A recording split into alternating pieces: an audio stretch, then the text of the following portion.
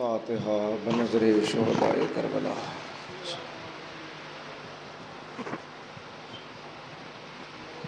بنظر شہداء کربلا۔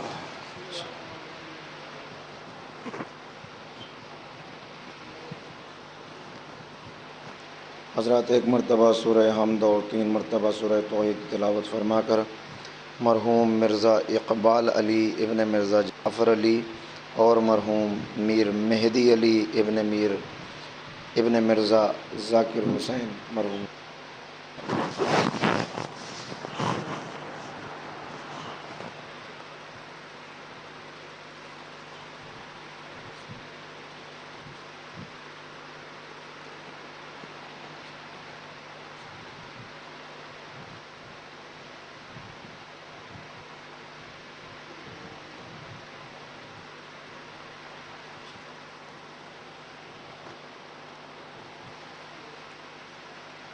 اعوذ باللہ من الشیطان اللعین الرجیم بسم اللہ الرحمن الرحیم الحمد للہ رب العالمین وبه نستعین وهو المعین والصلاة والسلام على سید الانبیاء والمرسلین سیدنا ونبینا وشفیع ذنوبنا والطبیب قلوبنا ابی القاسم محمد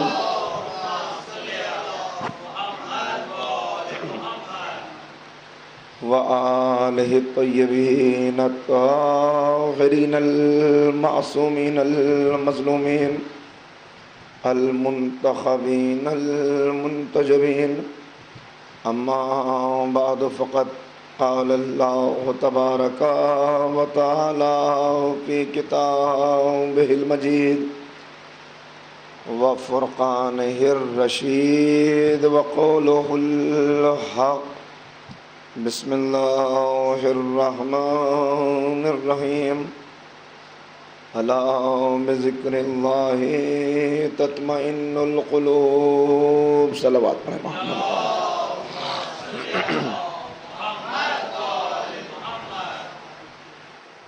حضرات گرامی قدر، عشق اہل بیت اور اس کے تقاضے کے عنوان سے بحمداللہ یہ فکر و بحث کا 8واں مرحلہ ہے۔ جو باتیں ہم نے آپ کی خدمت میں گزارش کی اور جو معروضات پیش کیے وہ یہ کہ کامیابی کی سند اور کامیابی کی علامت بس اور بس یہ ہے کہ انسان صحیح معنوں میں عشق اہل بیت کو اپنے قلب و روح میں جاگزیں کر لے،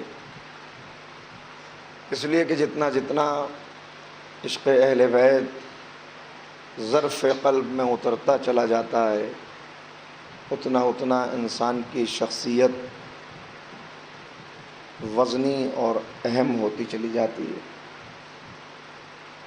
شخصیت کا وزنی ہونا، شخصیت کا اہم ہونا یہ نہیں ہے کہ وہ دنیا کی نگاہ میں کتنا بڑا اور لوگوں کی نظر میں کتنا بزرگ ہے، بلکہ اصل مسئلہ یہ ہے کہ وہ کتنا اپنے مولا کے حکم کے قریب ہے اور کتنا اپنی شخصیت کو، اپنی ذات کو، اپنی زندگی کو اس نے ان صفات اور تعلیمات سے مزین کر لیا ہے کہ جو اہل بیت علیہم السلام کی تعلیمات ہیں۔ بات کل یہاں تک پہنچی کہ یہی وجہ ہے کہ ہر طرف سے یہ کوشش تھی، اگر تاریخ کا آپ مطالعہ کریں، کہ آثار اہل بیت کو مٹا دیا جائے اور ان کے نقوش، ان کے فضائل، ان کی تعلیمات، ان کے پیغامات وہ تاریخ کے اندر سلامت نہ رہنے پائیں، محفوظ نہ رہنے پائیں، زندہ نہ رہنے پائیں۔ اس کے لیے ہر دور میں کوشش کی جاتی رہی اور شدید کوشش کی گئی، اتنی کوشش کی گئی اور اتنا تشدد سے کام لیا گیا کہ اگر کسی کے نام پر بھی، زبان پر بھی اہل بیت کا نام آ جاتا تھا تو اس نام کا آنا ہی اس کی زندگی کے ختم ہونے کی اور خطرے میں پورے خانوادے کے پڑ جانے کی علامت ہوا کرتا تھا۔ ایک واقعہ تاریخ سے اکثر نظر سے گزرتا ہے کہ ایک شخص حجاج ابن یوسف ثقفی، جو تاریخ تشیع میں وہ ملعون اور متشدد حاکم ہے کہ جس نے کسی دن اس وقت تک دسترخوان پر لقمہ نہیں توڑا جب تک اہل بیت کے چاہنے والوں کا خون نہیں بہا دیا۔ اس کے مظالم عرض کر چکا ہوں میں ایک سال۔ اس کے سامنے ایک شخص آیا اور آنے کے بعد بے پناہ رو رہا ہے، بے پناہ گریہ کر رہا ہے۔ میں یہ اس لیے واقعہ سنا رہا ہوں آپ کو بہت چند لفظوں میں سمیٹ کر، تاکہ یہ اندازہ ہو کہ کیسا دور تھا، کس طرح آثار اہل بیت کو مٹانے اور عشق اہل بیت سے، راہ اہل بیت سے دنیا کو دور کرنے کی کوشش کی گئی تھی۔ وہ شخص آ رہا ہے اور رو رہا ہے، گریہ کر رہا ہے، باقاعدہ بلک بلک کے رو رہا ہے، اے حاکم میں تجھ سے انصاف چاہتا ہوں۔ کہا بھائی کیا ہوا، کس نے تیرے ساتھ ناانصافی کی ہے، کس نے تیرے اوپر ظلم کیا ہے؟ کہا مجھ پر میرے والدین نے بہت شدید ظلم کیا، میرے باپ نے میرے اوپر ظلم کیا۔ تو اب سارا دربار متوجہ ہو گیا کہ یہ کون سے ظلم کی بات کر رہا ہے کہ جو اس کے والد نے اس کے اوپر کیا، اس کی ماں نے اس کے اوپر کیا، جس کی وجہ سے یہ اتنا رو رہا ہے اور مضطرب ہے اور بے چین ہے اور تڑپ رہا ہے۔ تو ایک مرتبہ کہا کیا ظلم کیا؟ کہا میرے اوپر بہت بڑا ظلم کیا کہ میرے والدین نے میرا نام علی رکھا۔ نعوذ باللہ۔ آپ اندازہ کر رہے ہیں؟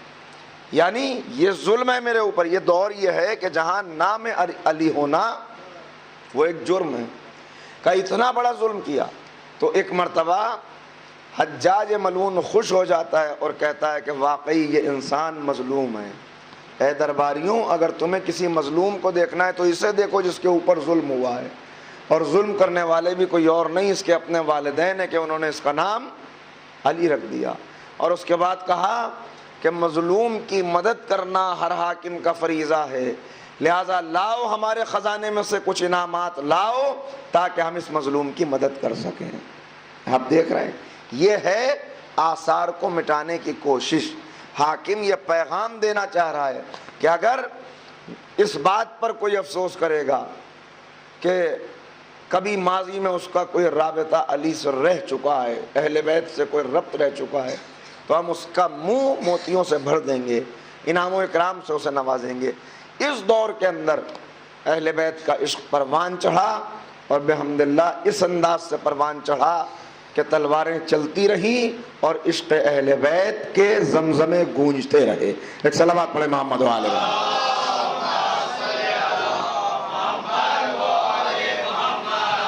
اور یہ ظلم ہر دور میں ہوتا رہا۔ میں آج کا ظلم ایک اشارہ اور کر دوں تاکہ یہ اندازہ ہو جائے کہ ہم عاشقان اہل بیت پر کتنی بڑی ذمہ داری ہے۔ عشق اہل بیت کا مل جانا یہ بار گراں ہے، یہ بار ذمہ داری ہے۔ جس ذمہ داری کے بار کو، جس امانت کو اس نے اٹھا لیا تو پھر اس امانت کو محفوظ رکھنے کی ذمہ داریاں ہیں۔ آج کے دور میں آپ دیکھتے ہیں، ہم نماز پڑھتے ہیں، بحمداللہ اہل بیت کے چاہنے والے تمام احکام شریعت کے پابند ہوا کرتے ہیں۔ تو نماز شروع کہاں سے ہوتی ہے؟ ادھر آپ نے تکبیرۃ الاحرام کہی اور اس کے بعد بسم اللہ الرحمن الرحیم۔ دوسری نمازیں بھی آپ نے سنی ہوں گی، وہاں تکبیر کہی اور اس کے بعد کچھ خاموشی رہتی ہے، پھر بات شروع ہوتی ہے الحمدللہ رب العالمین۔ آپ کو بسم اللہ کی آیت وہاں سنائی نہیں دے گی، یا تو بسم اللہ پڑھی نہیں جاتی، یا پڑھی جاتی ہے تو جہری نمازوں میں بھی جہری یعنی جو نمازیں بلند آواز سے پڑھنے کا حکم ہے، ہمارے یہاں بھی حکم ہے، غیروں کے یہاں بھی حکم ہے۔ بلند آواز سے کون سی نمازیں پڑھی جائیں گی؟ نماز صبح، نماز مغرب و نماز عشاء کی اول 2 رکعتیں یہ جہری ہیں، یہ بلند آواز سے پڑھی جائیں گی۔ اور اس مسئلے کو یاد رکھیے گا، مسئلہ شرعی ہے کہ اگر جان بوجھ کر کسی نے جہری نماز کو خاموش آواز میں یا خاموش نماز کو جہری لہجے میں پڑھا تو پھر نماز غلط ہو جائے گی۔ سہون کوئی حرج نہیں اگر کوئی بھول جائے تو۔ وہاں جہری نمازوں میں بھی اگر بسم اللہ پڑھی جاتی ہے یا تو پڑھی ہی نہیں جاتی یا بہت آہستہ آواز میں، نہ جانے بسم اللہ الرحمن الرحیم میں کون سا راز ہے جس پر دنیا پردے ڈالنا چاہتی ہے۔ صلوات پڑھے محمد والے۔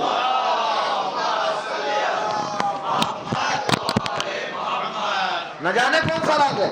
شاید ابن عباس سے جو مولا نے فرما دیا تھا کہ اے ابن عباس اگر پوری زندگی بھی گزر جائے اور یہ صبح صبح قیامت سبھی مل جائے تب بھی سورہ حمد کی تفسیر نہیں ہو سکتی، بس اتنا سمجھ لو جو کچھ پورے قرآن میں ہے وہ سورہ حمد میں ہے، جو سورہ حمد میں ہے وہ بسم اللہ الرحمن الرحیم میں ہے، جو بسم اللہ الرحمن الرحیم میں ہے وہ لفظ حرف بے میں ہے، جو حرف بے میں ہے وہ نقطہ بے میں ہے، اور بے کے نیچے کا نقطہ میں علی ابن ابی طالب۔ صلوات پڑھے محمد والے۔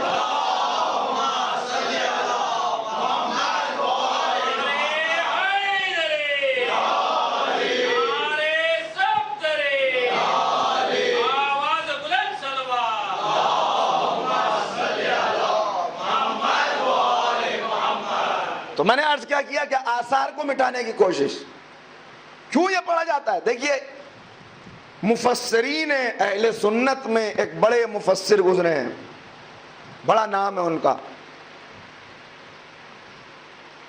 علامہ فخر الدین رازی۔ علامہ فخر الدین رازی نے مختلف میدانوں میں کام کیا ہے، بہت ساری تصانیف ہیں آپ کی۔ ایک آپ کی جو مشہور قرآن حکیم کے سلسلے میں خدمت ہے وہ ہے آپ کی تفسیر کبیر۔ تفسیر کبیر میں سورہ حمد کی تفسیر کرتے ہوئے یہ پوری بحث آپ نے وہاں پہ کی ہے کہ بسم اللہ الرحمن الرحیم یہ جزو سورہ فاتحہ ہے، یعنی دوسرے افراد کے یہاں دوسرے سوروں کا یہ جز نہیں ہے، مگر اس پر سب متفق ہیں کہ سورہ حمد کا جز ہے یہ آیت، یعنی اسے پڑھے بغیر سورہ حمد مکمل نہیں ہوتا۔ پھر وہ لکھتے ہیں اس کے بعد یہ راز کیا ہے، اس راز پر سے انہوں نے پردہ اٹھایا، کہا لیکن کچھ اسلامی فرقے ایسے ہیں کہ جو اس آیت کو نہیں پڑھتے، اور پھر انہوں نے تاریخ لکھی کہ کیوں نہیں پڑھتے، انہوں نے کہا وہ اس راز کو نہیں جانتے، مگر نہ سمجھتے ہوئے چونکہ ایک بات چلتی چلی آ رہی ہے تاریخ میں، بزرگوں نے نہیں پڑھا وہ بھی نہیں پڑھتے، مگر وہ لکھتے ہیں کہ سب سے پہلے جس نے اس آیت کو نماز میں چھپایا، اور اس لیے چھپایا، یہ کہہ کے چھپایا، یہ اعلان کر کے چھپایا کہ چونکہ جو کچھ علی کرتے تھے ہمیں اس کی مخالفت کرنی ہے، اور علی رسول کی پیروی میں اس آیت کو بلند پڑھتے ہیں، لہذا ہم اسے آہستہ پڑھیں گے۔ وہ کہتے ہیں وہ حاکم شام تھا کہ جس نے سب سے پہلے اس آیت کو چھپایا، یعنی آیت کو چھپا کر علی کی فضیلت پر پردے ڈالنے کی کوشش کی جا رہی ہے، اور علی کی سنت کو علی نے کس کی کیوں پڑھی وہ وہاں پہ لکھ رہے ہیں، علی نے اس لیے پڑھی کہ رسول کی سنت تھی۔ تو اب دنیا غور کرے کہ علی کی عداوت میں رسول کی سنت کو چھوڑ کر یزید کے باپ کی سنت پر چل رہی ہے۔ صلوات پڑھے محمد والے۔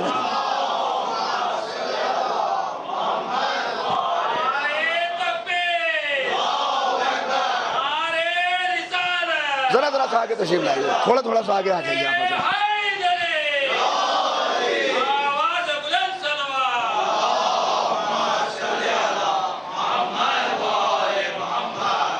تو میں عرض کر رہا تھا کہ آثار چھپائے گئے، آثار کو مٹانے کی کوشش کی گئی۔ اس کی ایک مثال ماضی میں دے دی، ایک مثال میں نے آج کی تاریخ میں دے دی کہ ماضی کی مثال کیا ہے کہ اگر لفظ علی کوئی شخص نام علی رکھ لیتا ہے تو اس کو سزا دی جاتی ہے صرف نام علی ہونے پر، اور اگر کوئی یہ اعتراف کر لیتا ہے کہ یہ میں نے نہیں رکھا بلکہ مجھ پر ظلم ہوا ہے تو اسے انعام و اکرام دیا جاتا ہے۔ ایسے ماحول میں اب میں نے جو بات کل عرض کی کہ چونکہ آثار مٹائے جا رہے تھے، لہذا اب میثم کا فریضہ تھا کہ اگر آثار چھپائے جا رہے ہیں تو ان آثار کو آشکار کریں۔ لہذا حضرت میثم نے علی کی محبت کا حق ادا کرتے ہوئے، راہ عشق پر چلتے ہوئے سولی تک جانا منظور کیا، دار کی بلندی تک پہنچنا منظور کیا، ہاتھوں اور پیروں کو کٹوا کر لجام کھنچ گئی اس انداز سے شہادت کا دینا منظور کیا، مگر یہ منظور نہیں کیا کہ جب آثار چھپائے جا رہے ہیں تب وہ بھی تقیے کا دامن میں پناہ لے کر، یہ راستہ ہو سکتا تھا کہ نہیں، مگر وہاں زبان کا کھولنا جہاد تھا، بولنا جہاد تھا، حق کا بیان کرنا جہاد تھا۔ اور میں نے عرض کیا اسی لیے دنیا گھبرا رہی تھی۔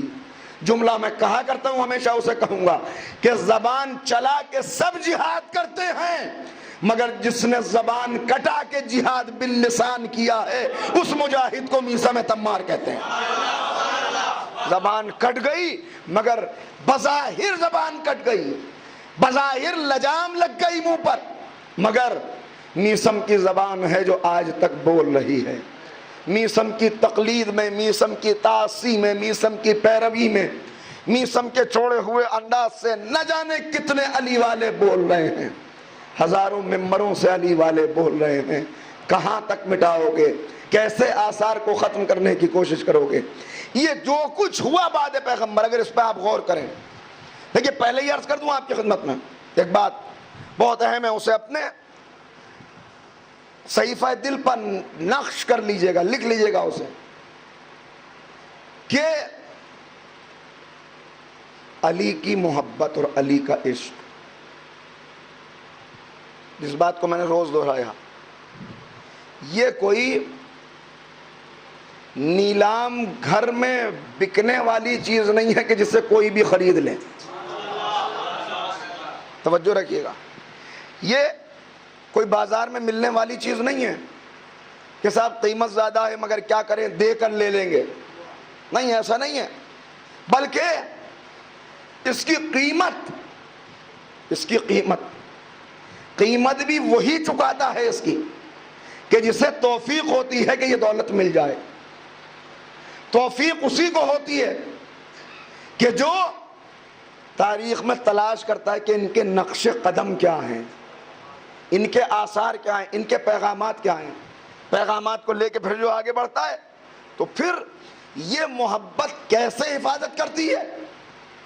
شافعی کہتے ہوئے نظر آتے ہیں، علی حبہ جنہ، علی حبہ جنہ، قسیم النار والجنہ، وسیع مصطفیٰ حقا، امام الانس والجنہ۔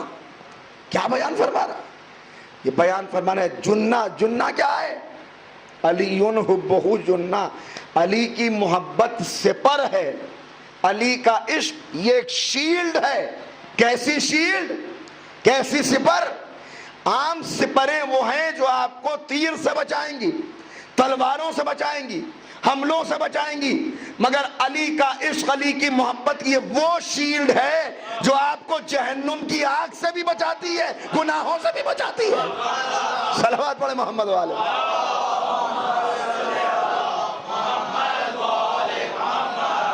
قسیم النار والجنہ، اس لیے کہ علی وہ ہیں، اگر عشق علی کا پیدا ہو گیا تو اب ممکن نہیں ہے، ہو نہیں سکتا کہ علی کا عشق بھی رکھے اور جہنم میں بھی چلا جائے۔ کیوں؟ اس لیے کہ علی ہی دوزخ اور جنت کے تقسیم کرنے والے ہیں۔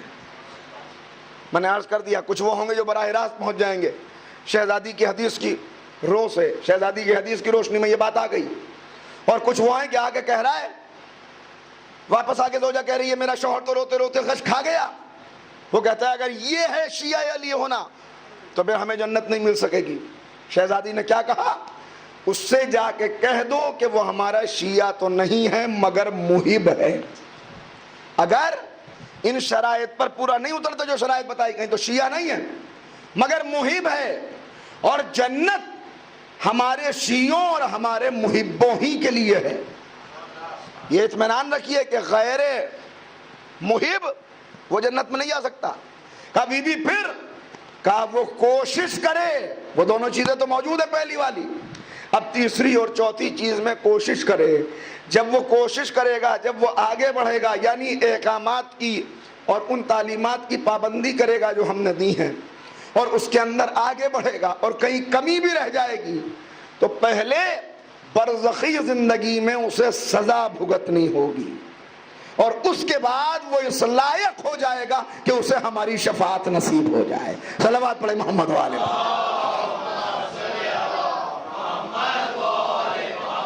تو یقیناً اعتراف حقیقت، ممبر سے اعتراف حقیقت ہونا چاہیے۔ یقینی طور پر جب ہم اس حدیث کی روشنی میں دیکھتے ہیں تو اپنے آپ کو وہاں پاتے ہیں کہ جہاں اگر اہل بیت کی شفاعت نہ ہو تو ہمیں جنت نہ مل سکے، مگر مطمئن اس لیے ہیں کہ اہل بیت کی شفاعت ان کے عاشقوں کے لیے ہے، ان کے محبوں کے لیے ہے، اور بحمد اللہ محبت تو ہمیں مل چکی ہے۔ اب محبت کے بعد ان کی محبت میں قدم بڑھاتے ہوئے اپنے آپ کو بلند کرنا ہے۔ کتنا بلند؟ میں نے عرض کیا یہ مرقع کس لیے ہیں عشق کے؟ میسم، ابو ذر، سلمان، یہ کس لیے ہیں؟ یہ مرقع عشق اسی لیے ہے کہ ہم انہیں دیکھتے چلے جائیں اور اہل بیت کی مرضی کے مطابق اپنے آپ کو بناتے چلے جائیں۔ اس لیے کہ اہل بیت ہم میں سے ہر ایک کو سلمان فارسی دیکھنا چاہتے ہیں، ہر ایک کو ابو ذر غفاری دیکھنا چاہتے ہیں، ہر ایک کو میثم تمار دیکھنا چاہتے ہیں۔ اور جب ان کے عشق کی پابندی کر لی اور وہ دل پیدا ہو گیا جس کے لیے میں نے پہلی تقریر سے عرض کیا، قلب مشغول بالمولا، تو اس کے بعد کیا ہوگا؟ اب یہ نہ سمجھے دنیا چلی جائے گی آپ سے، اگر واقعی طور پر وہ دل پیدا ہو گیا ہے اور اپنے آپ کو پابند کر لیا ہے، مگر پھر شرط ہے یقین کی دولت کا آ جانا۔ اسے یقین کی دولت حاصل ہو جائے پھر اس کے بعد کوئی گنجائش نہیں رہتی اس بات کی۔ یقین کیسا یقین ہو؟ یقین وہ ہو جو عبد المطلب کا یقین تھا، یقین وہ ہو جو ابراہیم کا یقین تھا، یقین وہ ہو جو میثم کا یقین تھا۔ ایسا یقین کب پیدا ہوتا ہے؟ کب پیدا ہوتا ہے؟ کائنات کی جتنی چیزیں ہیں، اب یہاں سے سن لیجئے، دو تین باتیں بڑی اہم عرض کرتا ہوں، ایک مرتبہ صلوات پڑھیں محمد والے۔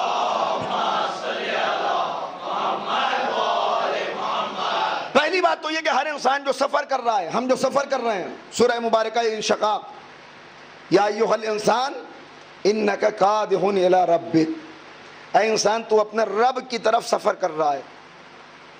کہاں بڑھ رہا ہے انسان؟ ہر قدم جو اس کا اٹھ رہا ہے، ہر دن جو گزر رہا ہے، ہر لمحہ زندگی جو گزر رہا ہے، وہ اسے اپنے رب سے قریب کرتا چلا جا رہا ہے۔ یعنی ایک دن اسے اللہ کی بارگاہ میں حاضر ہونا ہے، اللہ کے پاس اسے پہنچنا ہے۔ مگر یہ کس کے لیے آیت ہے؟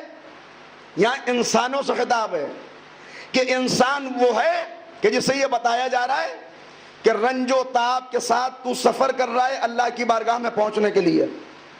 مومن کیا ہے؟ مومن وہ ہے جو ہر وقت اللہ کی بارگاہ میں رہتا ہے، ایک لمحے کے لیے بھی اللہ کی بارگاہ سے وہ علیحدہ رہتا نہیں ہے، اس لیے کہ وہ اور ہوں گے جو سوچیں گے اس دن جب سامنا ہوگا تب دیکھا جائے گا۔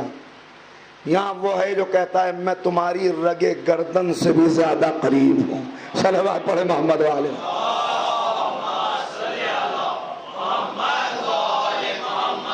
ذرا مل کے ایسی بات پر بھی فلان صلوات پڑھا کریں تو مزہ۔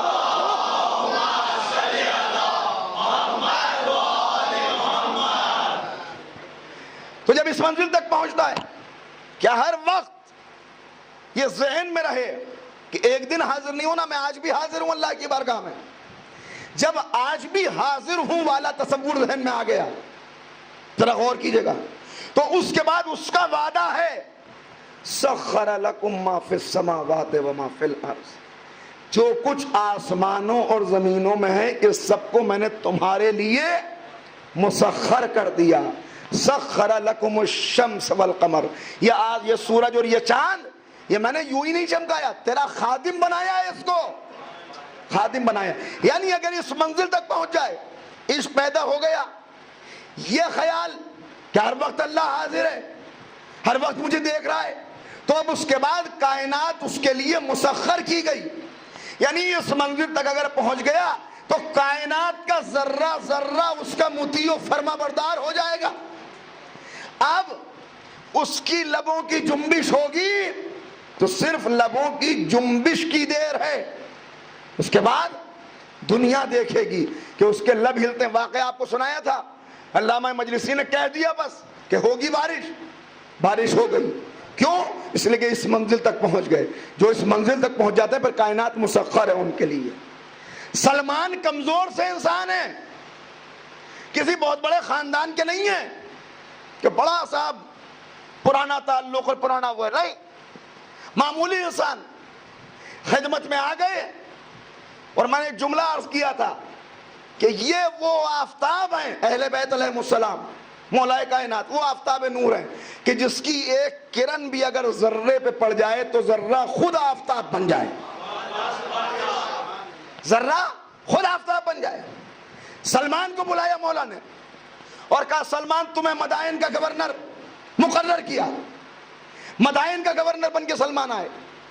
اب دیکھیے شان کیا ہوتی ہے، ایک ہے اللہ والا، ایک ہے دنیا والا. دنیا کے بندے کو جب کوئی عہدہ مل جاتا ہے سب سے پہلے اللہ ہی سے رشتہ توڑ لیتا ہے. جب تک انسان مصیبت میں نہیں رہتا. معصوم نے کیا فرمایا، میں نے آپ کی خدمت میں عرض کر دیا کہ معصوم کہتے ہیں دعاؤں کی قبولیت کے لیے ایک بات یہ بھی ہے کہ مصیبت کے آنے سے پہلے اللہ کو پکارو، مشکل میں پڑنے سے پہلے اللہ کو پکارو اور اسے اس کے بہترین ناموں سے پکارو. بہترین ناموں، یا علی ہو یا عظیم، یا غفور ہو یا رحیم. یہ کیا ہے؟ یہ بہترین ناموں سے اسے یاد کیا جا رہا ہے. ان ناموں سے یاد کریں گے ظاہر ہے کہ اس کی رحمت متوجہ ہوگی. اور اگر اس کا مطیع و فرما بردار ہر وقت ہو جائے تو اب شاید زبان پر بھی لانے کی ضرورت نہیں ہے، مگر پہلے مصیبت میں آنے سے پہلے، یعنی ہر وقت اگر مصیبت میں آنے سے پہلے اللہ کو پکارے تو مصیبت آئے ہی کیوں، امتحان آئے کیوں. امتحان سے ثابت قدم امتحان لیا جاتا ہے مومن کا، اور لیا اس لیے جاتا ہے کہ جب اللہ اس کی طرف متوجہ ہوتا ہے تو چاہتا ہے اس کے درجات کو کچھ اور بڑھا دے، درجات کی بلندی کے لیے امتحان میں ڈالتا ہے. جب وہ امتحان میں ثابت قدم گزرتا ہے تو اللہ فرشتوں پر فخر کر کے کہتا ہے تم نے اس دن اعتراض کیا تھا، آج دیکھو یہ ہے وہ کہ جس کو میں نے تم سے سجدہ کرایا تھا. صلوات پڑھے محمد و آلہ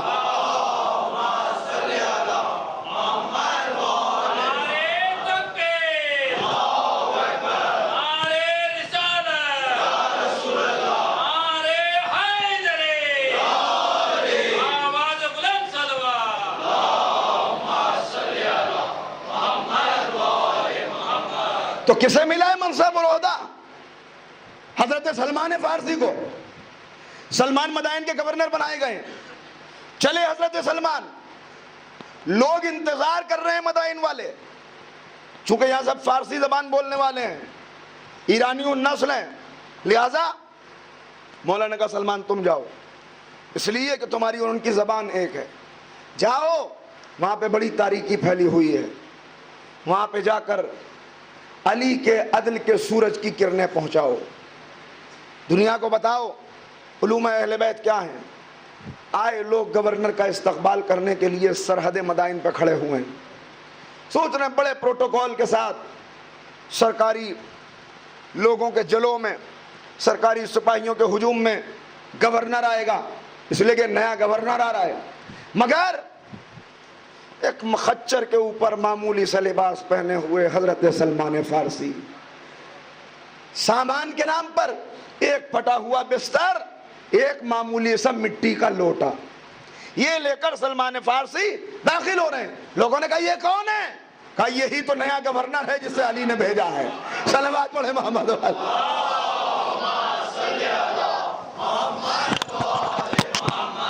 ایک دوسرے کو لوگ دیکھ رہے ہیں کہ یہ کیا ہے مسئلہ، ایک دوسرے کو دیکھا جا رہا ہے، مگر سلمان مطمئن ہے بالکل. آگے بڑھتے چلے جا رہے ہیں. ایک مرتبہ لوگوں نے کہا چلیے دارالعمارہ کی طرف گورنر ہاؤس میں جہاں آج سے پہلے گورنر رہا کرتا تھا، سلمان نے کہا وہ اور ہوں گے جو ہم سے پہلے بن کے آئے ہیں، ہم گورنر نہیں بن کے آئے، ہم رعایا کے خادم بن کے آئے ہیں، ہم رعایا کو سروس دینے کے لیے، ان کے دلوں کو روشن کرنے کے لیے آئے ہیں۔ کہا کیا گورنر ہاؤس میں نہ رہیے گا، دارالعمارہ نہ چلیں گے؟ کہا نہیں، ہمیں اس کی ضرورت نہیں ہے، ہم رعایا سے قریب رہنا چاہتے ہیں۔ پھر کہاں رہیں گے؟ ایک مرتبہ سلمان نے نظر ڈالنی شروع کی، دیکھا ایک کچی سی مسجد بنی ہوئی ہے، سلمان نے کہا ہم یہاں پہ رہیں گے، اللہ والوں کو بندوں کے قریب رہنا چاہیے۔ ایک مرتبہ پہنچ گئے، وضو کی، نماز پڑھنے کے لیے کھڑے ہو گئے، لوگ دیکھ رہے ہیں پہلی مرتبہ گورنر نماز پڑھ رہا ہے، صلوات پڑھے محمد والے۔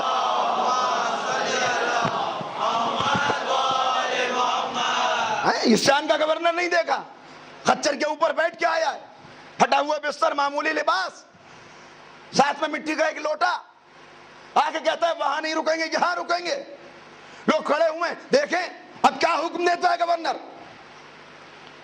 نماز ختم ہوئی، لوگوں کو قریب بلایا، چھوٹا سا خطبہ دیا، تقوی الہی کی دعوت دی، تقوی اختیار کرو۔ لوگوں نے کہا کیا کریں، یہاں تو بدامنی پھیلی ہوئی ہے، رات کو جب ہم سو جاتے ہیں تو وہ لوگ اپنے گھروں سے نکلتے ہیں کہ جن کے کاروبار کا آغاز رات میں ہوتا ہے۔ یہ آج کی بات نہیں ہے، آج تو ماشاءاللہ اچھے کام رات ہی میں شروع ہوتے ہیں، یہ اس وقت کی بات ہے کہ جب رات کا مطلب بھئی صبح کو بندہ نکلے گا، شام کو گھر لوٹے گا، سو جائے گا۔ وہ آج جیسی دنیا تھوڑی ہے، اس لیے کہ آج تو بدل چکا سب، کوئی حرج بھی نہیں اس کے اندر۔ لیکن رات کو کیا کریں سلمان، رات کو تو ہم ٹھیک سے سو نہیں پاتے، کاروبار پر اثر پڑ رہا ہے، اس لیے کہ اتنے چور اور لٹیرے یہاں پر ہو گئے ہیں، انہیں کسی کا خوف نہیں ہے، وہ راتوں کو آگے گھروں پہ حملہ کر دیتے ہیں۔ کہا ان کو ہمارا پیغام پہنچا دو، ان سے کہہ دو کہ راتوں کو اپنے گھر پہ رہیں، اپنے گھروں سے نہ نکلیں۔ دیکھیے جو واقعی عشق الہی پیدا کر لیتا ہے، پھر میں نے کیا کہا، سخر لکم الشمس والقمر، سب کچھ، شمس کیا، قمر کیا، زمین کیا، آسمان کیا، دوسری مخلوقات کا، سب کو اللہ اس کا مطیع اور فرما بردار بنا دیتا ہے۔ کہا جاؤ اطمینان سے اپنے گھروں کو سو جاؤ، اور جو لوٹ کرنے والے اور چوری کرنے والے ان تک یہ پیغام پہنچا دو کہ علی کے گورنر نے کہا خبردار، جرات نہ کریں، اپنے گھروں سے نہ نکلیں۔ یہ کہہ کر پھر نماز میں مشغول ہو گئے، لوگ ہنستے مسکراتے اپنے گھروں کو واپس چلے گئے۔ یہ عجیب انداز کا گورنر ہے، نہ رعایا ہے، نہ فوج ہے، نہ سپاہی ہیں، اور کہہ رہے اپنے اپنے گھروں کے اندر رہیں۔ کون ہے آخر؟ کون، کوئی کیا کہے گا ان کو اگر نکل جائیں گے تو؟ یہ بوڑھا کمزور سا انسان مسجد کے اندر بیٹھا رہے گا یا انہیں دیکھے گا؟ شام ہوئی، نماز مغربین سے فارغ ہونے کے بعد سلمان چہل قدمی کرنے کے لیے نکلے، ایک ٹیلے کے اوپر آئے۔ اے شہر کے کتوں، تمہیں وہ سلمان بلا رہا ہے جو علی کی ولایت دل میں رکھتا ہے۔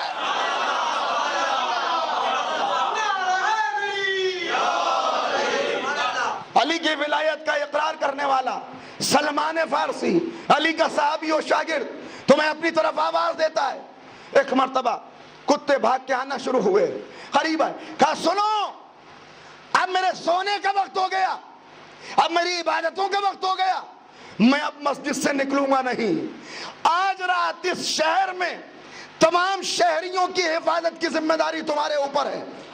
یہ کہہ کے گئے مسجد کے اندر، لوگ عجیب عالم میں، آج کیا ہوگا، گورنر بھی آیا تو کیسا، اس سے امیدیں تھیں، مگر اللہ اکبر، میں یہی تو آپ کی خدمت میں عرض کر رہا ہوں کہ جب بندہ اپنے آپ کو اللہ والا بنا لے تو ساری مخلوق اس کی مطیع و فرما بردار ہو جاتی ہے۔ ارے یہ تو غلام کا اختیار ہے، جب غلام کے اختیارات یہ ہیں تو آقاؤں کے اختیارات کیا ہوں گے؟ مگر اس کے باوجود گلے میں رسی ہونے پر بھی چپ ہیں، مظالم برداشت کر کے بھی چپ ہیں، اس لیے کہ ان کا کوئی قدم اپنے لیے نہیں ہے۔ قلب مشغول بالمولا، ان کا قلب اللہ کے لیے ہے، ان کا حکم اللہ کے۔ ایک رخ سے دیکھو تو یہ بندے نظر آتے ہیں، دوسرے رخ سے دیکھو تو یہ قرآن نظر آتے ہیں، یہ اللہ کی صفات کے مظہر نظر آتے ہیں، کیونکہ ہماری مجبوری ہے ہم صفات کے ذریعے سے پہچانیں گے، ورنہ وہ ہیں جو کہتے ہوئے نظر آتے ہیں ہم نے تجھے تیری ذات سے پہچانا۔ عرض کر چکا ہوں، لوگ گئے اپنے اپنے گھروں پر، نہ جانے آج کیا ہوگا۔ رات گزری، صبح ہوئی، فجر کے لیے لوگ نکلے کہ دیکھیں آج کس کس کے گھر میں چوری ہوئی۔ کیا دیکھا؟ ہر گلی کے اندر زخمی ہوئے لوگ پڑے ہیں۔ پتا چل گیا، چہروں پر سے نقاب اٹھ گئی کہ کون تھے جو راتوں کو چوری کیا کرتے تھے۔ سلمان کہہ کے چلے گئے، کتوں نے اپنی ڈیوٹی تقسیم کر لی، اس لیے کہ کتے ہیں نا، اگر شاید نافرمان انسان ہوتے تو اطاعت نہ کرتے، مگر کتے کے اندر مومن کی کچھ صفات پائی جاتی ہیں، کچھ صفات ایسی ہیں، معصومین نے فرمایا جانوروں کے اندر بھی کچھ ایسی صفات ہیں جو اللہ نے، جو مومن کے اندر ہونی چاہیے، جیسے مرغے کے اندر بھی مومن کی صفات پائی جاتی ہیں۔ ایک صفت یہ ہے کہ اذان دیتا ہے، صبح اٹھ کر اذان دیتا ہے، اللہ کی عبادت کرتا ہے، اور اگر نہ دیکھا ہو تو آپ جا کے دیکھ لیجئے گا، جب بھی اذان دیتا ہے اپنے پروں کو کھول دیتا ہے۔ صلوات پڑھے محمد علیہ۔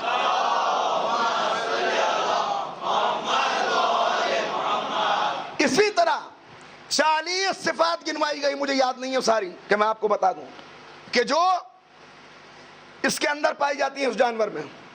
ان 40 میں سے ایک صفت یہ ہے کہ یہ وفادار ہوتا ہے اپنے مالک کا، مالک کا وفادار ہوتا ہے، مالک کے دشمن کے لیے خونخوار ہوتا ہے۔ نہیں توجہ فرمائی، دشمن کے لیے خونخوار ہوتا ہے۔ ایک صفت یہ ہے کہ کبھی بھی جھپٹتا نہیں ہے، جب تک مالک روٹی نہ ڈالے سکون سے بیٹھا رہتا ہے، یعنی اس کے اندر قناعت پائی جاتی ہے، قناعت پائی جاتی ہے۔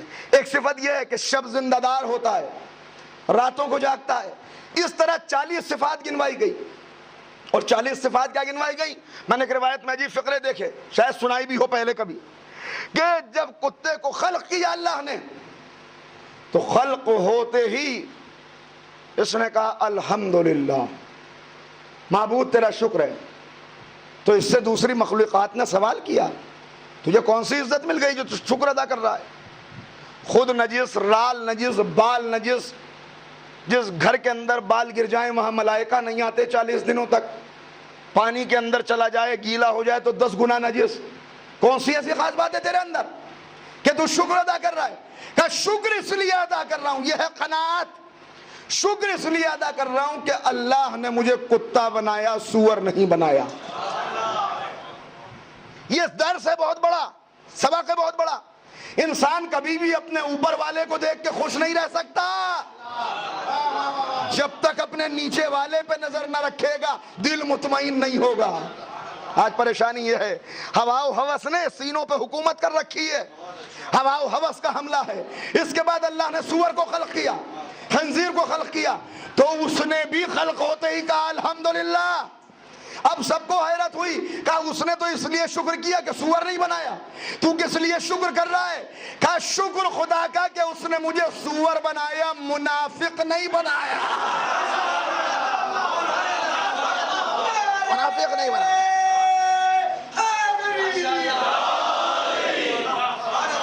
یہ اور اس طرح کے بہت سارے واقعات، یہ سبق آموز واقعات۔ ایک تو آپ کو آیت اللہ دستغیب شیرازی کے یہاں ملیں گے، وہ بڑا سہارا لیتے ہیں ان سے کردار سازی میں، اور دوسرے علل الشرائع اب تو گھر گھر کے اوپر موجود ہے، جہاں ہر کیوں کا جواب معصوم نے دیا ہے۔ آپ کے ذہن میں کیوں آئے کہ ایسا کیوں، تو پہلے جائیے علل الشرائع میں تلاش کیجئے، انشاءاللہ اس کیوں کا جواب وہاں پر آپ کو مل جائے گا، ضرور ملے گا۔ اکثر ایسے ہیں کہ جو سوالات آتے ہیں ذہن میں اور اس کے بعد اب سوال جواب کہیں نہیں مل رہا، لیکن جب وہاں پہ میں نے کئی بار یہ تجربہ کیا کہ جب ذہن میں جب کوئی سوال کسی نے کیا نہیں اس کا جواب، چلو یہاں پہ دیکھتے ہیں، اکثر جواب وہاں پر مل گئے۔ تو یہ صفات ہیں کیا وفادار ہوتا ہے. ارے اگر وفادار نہ ہوتا، توجہ رکھیے گا جملہ کہہ رہا ہوں ایک، تو رسول نے کہہ دیا تھا اور پیغمبر کہہ کے چلے گئے تھے. رسول نے کہہ دیا تھا کہ حواب کے کتے بھونکیں گے اور پیغمبر چلے گئے تھے. 35 سال کے بعد کتوں نے بھونک کے بتایا. 35 سال کے بعد، 35 سال کے بعد. کیوں؟ وہی میں نے عرض کیا کہ جانوروں، حیوان. دیکھیں یہ عرض کر دوں آپ کی خدمت میں کہ ہمارے یہ ائمہ خدا جو ہیں، اہل بیت علیہ السلام جو ہیں، رسول اور آل رسول جو ہیں، یہ صرف انسانوں کے امام نہیں ہیں، انسانوں کے لیے حجت خدا نہیں ہے، بلکہ کائنات کے ذرے ذرے کے لیے حجت خدا ہیں. اور روایات بتاتی ہیں کہ جتنی مخلوقات ہیں، ان میں پھل ہوں، ان میں درخت ہوں، ان میں سمندر کے مخلوقات ہوں، ان میں جنات ہوں، ان میں دوسری مخلوقات ہوں، سب نے خلق ہوتے ہی ولایت اہل بیت کا اقرار کیا ہے. اور ان میں کون شامل ہے؟ ولایت کس کس کی ہے؟ سرکار رسالت مآب سے لے کر حضرت حجت تک. تاجیل ظہور کے لیے بلند صلوات پڑھیں. علامہ امینی کی کتاب ابھی آئی ہے کچھ دن پہلے، جو انہوں نے شہزادی کی شان میں لکھی ہے. میں آپ کو دعوت مطالعہ دیتا ہوں، اس کا مطالعہ کیجئے گا. کیا شان شہزادی کی بیان کی ہے انہوں نے. احادیث کو جمع کیا ہے، بڑا محنت کا کام ہے، کئی مقالے ہیں اس کے اندر. اس میں وہ بیان فرماتے ہیں امام جعفر صادق علیہ السلام سے کہ امام فرماتے ہیں ہم اہل بیت، ہم اہل رسول تمام مخلوقات پر حجت ہیں، اور ہماری جدہ ماجدہ حضرت فاطمہ زہرا ہم پر حجت ہیں. ہم پر حجت ہے. بی بی یعنی جیسے علی ولی اللہ ہیں، جیسے حسن ولی اللہ ہیں، جیسے حسین ولی اللہ ہیں، اسی طرح شہزادی بھی ولیت اللہ ہیں. صلوات پڑھیں محمد و آل محمد.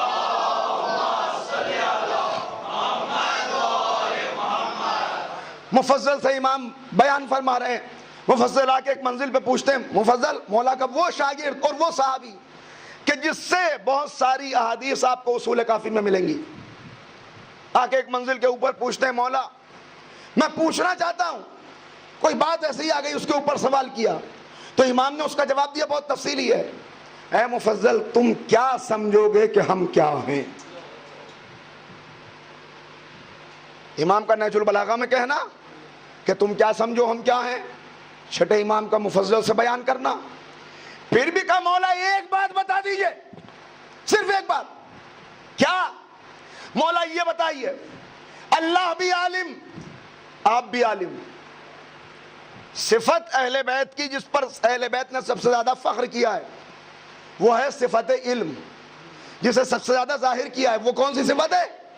صفت علم. صفت علم. کہا مولا اللہ بھی عالم، آپ بھی عالم. یہ بتائیے آپ کا اور اللہ کا علم، اس میں ربط کیا ہے؟ آپ کو یہ علم کیسے ملا اللہ سے؟ اللہ اکبر، کیا مثال معصوم نے دی ہے. کہا ہمیں یہ علم ذات واجب سے ایسے ملا جیسے ایک چراغ سے دوسرا چراغ جلتا ہے. ایک چراغ سے دوسرا چراغ جلتا ہے. اللہ اکبر. اب کسی کے اندر یہ طاقت نہیں ہے، اسی لیے میں نے ایک جملہ کہا تھا غالباً گزشتہ برس کہ کیا ہیں اہل بیت، یہ ہم سمجھ نہیں سکتے. بھائی اتنا سمجھیے کہ آسمان پر سورج چمک رہا ہے، آپ براہ راست سورج کو نہیں دیکھ سکتے، لیکن سورج کی کرن بتاتی ہے کہ سورج موجود ہے.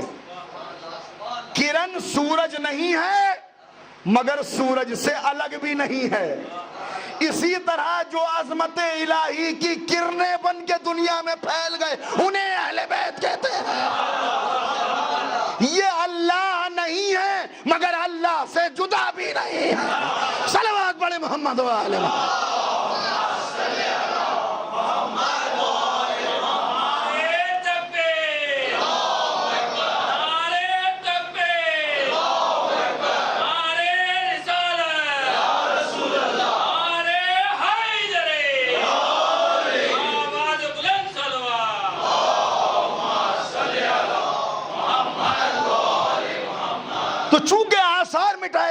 تھے، لہذا ضروری تھا کہ اس وقت جو عاشقان موجود ہیں وہ اپنی پوری سعی اور کوشش کر کے ان آثار کو زندہ کرنے کی کوشش کریں، ان تعلیمات کو عام کرنے کی کوشش کریں۔ لہذا اپنی زندگی کی پرواہ نہیں کی، وہ حجر ہوں، وہ میسم ہوں، وہ ابوذر ہوں یا سلمان ہوں، سب نے ہاں اطاعت معصوم چونکہ واجب ہے، معصوم کے حکم اور اجازت کے بغیر کسی چیز کا آغاز نہیں ہو سکتا۔ لہذا جب تک معصوم نے اجازت نہیں دے دی، سب موجود تھے مگر سب کو بولنے کی اجازت نہیں تھی تو چپ رہے۔ ایک ابوذر تھے جنہیں رسول بولنے کی اجازت دے کے گئے تھے، بار بار کہا تھا ابوذر نے، میں صرف اشارہ کر رہا ہوں، ابوذر بار بار آگے کہتے تھے اللہ کے رسول۔ جب ابوذر کی رسول سے ملاقات ہوئی، وہ پورا ایک طویل واقعہ ہے جناب ابوذر کیسے ایمان لائے، ایمان پہلے سے تھا ان کے اندر موجود، پتہ نہیں میں نے آپ کو سنایا ہے یا نہیں۔ تاریخ میں سب سے پہلے اگر کسی نے مسجد بنا کر نماز پڑھی ہے، مگر اسے مسجد اس لیے نہیں کہا جا سکتا کہ ابھی مسجد کا حکم اور مسجد کی بنیاد پیغمبر نے نہیں ڈالی تھی، ورنہ ابوذر وہ ہیں جنہوں نے اپنے پراپرٹی میں سے، اپنی ذاتی ملکیت میں سے ایک مکان باقاعدہ طور پر اس لیے وقف کیا تھا کہ وہاں جا کر وہ اللہ کی عبادت کیا کرتے تھے۔ حضرت ابوذر کے لیے معصوم سے پوچھا، علل الشرائع امام جعفر صادق علیہ الصلوۃ والسلام سے پوچھا گیا کہ جس انداز کا جہاد ابوذر نے کیا ویسا کسی اور کا جہاد نظر نہیں آتا، ابوذر کا ایسا جہاد اور ایسی منزلت ابوذر کی کیوں تھی؟ تو امام نے فرمایا کہ چونکہ ابوذر دین میں غور و فکر بہت کیا کرتے تھے۔ نہیں توجہ فرمائی، آج ہم نے غور و فکر کرنا ہی چھوڑ دیا ہے، بس جیسا کسی نے کہا اسی کو عقیدہ بنا لیا، اسی کو عمل بنا لیا۔ نہیں توجہ فرمائی، جیسا جس نے کہا اسی کو عقیدہ سمجھ لیا، اسی کو عمل بنا لیا۔ ہر چیز نہ عقیدہ بن سکتی ہے نہ عمل بن سکتی ہے، پہلے اس کے اوپر غور و فکر کیجئے اور معصومین کی بارگاہ تک آئیے۔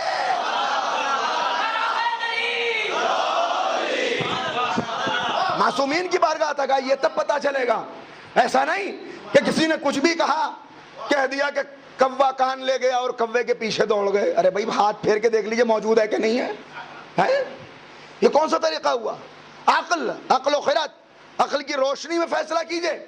غور و فکر بہت کیا کرتے تھے، اس غور و فکر کے نتیجے میں اللہ نے پیغمبر سے ملنے سے پہلے ہی ان تک اسلام پہنچا دیا۔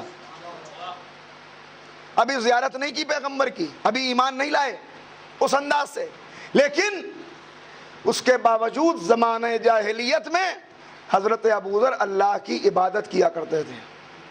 معصوم سے پوچھا گیا یہ کیسے ہو سکتا ہے کہ اللہ کی عبادت کرتے ہو؟ کہا اللہ نے نماز پڑھنے کا طریقہ ابوذر کو القاء کیا تھا، یہ خاص پروردگار کی عنایت تھی کہ وہ ابوذر جو دین ابراہیم کی روشنی میں اپنے کردار کو بدلنے کی کوشش کر رہے تھے، قزاقوں کے قبیلے میں رہتے ہوئے، پورا قبیلہ لوٹ مار کیا کرتا ہے، وہاں پر ابوذر لوٹ مار کرنے والے قبیلے کے درمیان رہ رہے ہیں اور ان سے بار بار کہہ رہے ہیں یہ غلط ہے، یہ ٹھیک نہیں ہے، یہ صحیح نہیں ہے۔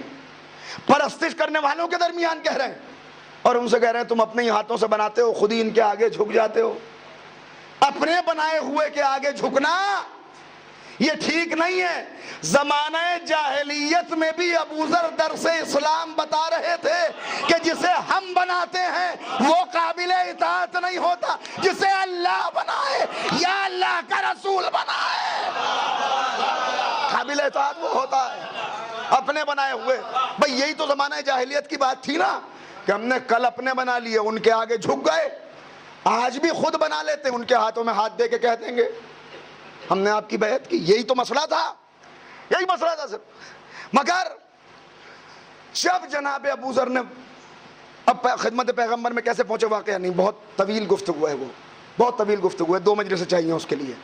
مگر جب پہنچ گئے تب کہا اللہ کے رسول مجھے جہاد باللسان کی اجازت دیجئے۔ مجھے اس بات کی اجازت دیجئے کہ میں آپ کی نبوت کو عام کر سکوں، لوگوں کو توحید کی دعوت دے سکوں۔ پیغمبر نے کہا بہت سخت مرحلہ ہے ابو ذر۔ ابو ذر نے کہا اللہ کے رسول میں اجازت چاہتا ہوں۔ سلمان کیوں چپ ہیں؟ بعض موقع ایسے نظر آئیں گے جہاں سلمان خاموش ہے، جہاں بلال خاموش ہیں۔ بلال نے یہ تو کہہ دیا کہ مجھے مؤذن اللہ کے رسول نے بنایا ہے، اب میں کسی کے لیے اذان نہیں کہوں گا تب تک جب تک وہ مسند پہ نہ آ جائے جو رسول ہی کا بنایا ہوا ہو۔ میں تمہارا پابند نہیں ہوں، میں رسول کے بنائے ہوئے کا پابند ہوں۔ میں اذان اب کسی کے لیے نہیں کہوں گا۔ قسم کھا لی ابو ذر نے، قسم کھا لی بلال نے، اور بلال کی قسم آخری زندگی تک ٹوٹی نہیں۔ جو قسم کھا لی تھی، قسم کا بھی ایک مسئلہ ہے، قسم اگر کھا لی جائے تو اس کے بعد بہت ساری مستحب چیزیں ایسی ہوتی ہیں کہ اس میں اگر قسم کھا لی جائے تو واجب ہو جاتی ہیں۔ وضاحت کا موقع نہیں ہے، لیکن وہ کچھ بچے آئے تھے اعتکاف کے بارے میں کہہ رہے تھے۔ میں ایک جملہ عرض کر رہا ہوں یہاں سے اس وقت، اعتکاف مستحب ہے لیکن اگر قسم کھا لی جائے تو واجب ہو جاتا ہے۔ بہت ساری مستحب چیزیں ایسی ہیں کہ جو مستحب ہیں لیکن اگر قسم کھا لے تو واجب ہو جاتی ہیں، جس میں ایک بات سامنے آ گئی اس لیے عرض کر دیا، ایک ہے اعتکاف۔ نذر یا قسم کے ذریعے سے اگر اعتکاف ہو، کسی نے قسم کھا لی کہ میرا یہ کام پورا ہو گیا تو میں اعتکاف کروں گا، تو اب اس کے اوپر اعتکاف واجب ہے۔ کسی نے عہد یا نذر مان لی تو اب اس کے اوپر اعتکاف واجب ہے۔ کسی نے اجارہ کے اوپر طے کر لیا، میں تمہیں یہ مکان دیتا ہوں اپنی خوشی سے تم اس کے اندر رہتے رہو، مگر اس کی ایک قیمت ہے، 1,00,000 2,00,000 10,00,000 نہیں چاہیے، جب تک زندہ رہو میرے والد کی طرف سے اعتکاف کرتے رہنا۔ اب یہ اعتکاف اس کی زندگی بھر کے لیے اس پر واجب ہو گیا۔ مستحب چیزیں کچھ ایسی ہوتی ہیں جو واجب ہو جاتی ہیں۔ اسی طرح قسم، اللہ سے اگر قسم کھا لی، قسم کو توڑا نہیں، کبھی اذان نہیں کہی بلال نے۔ آپ کہیں گے یہ کیسی بات کہہ رہے ہیں؟ بلال نے تو اذان کہی، کس کے کہنے پہ کہی؟ خدا کی قسم اگر شہزادی کونین کے علاوہ کوئی اور کہتا تو بلال کبھی اذان نہ کہتا، مگر بلال مسائل شریعت سے واقف تھا۔ میں نے کہا ہے رسول کے علاوہ کسی کے لیے اذان نہیں کہوں گا، یہ بطول جزو رسالت ہے، یہ جزو رسالت ہے۔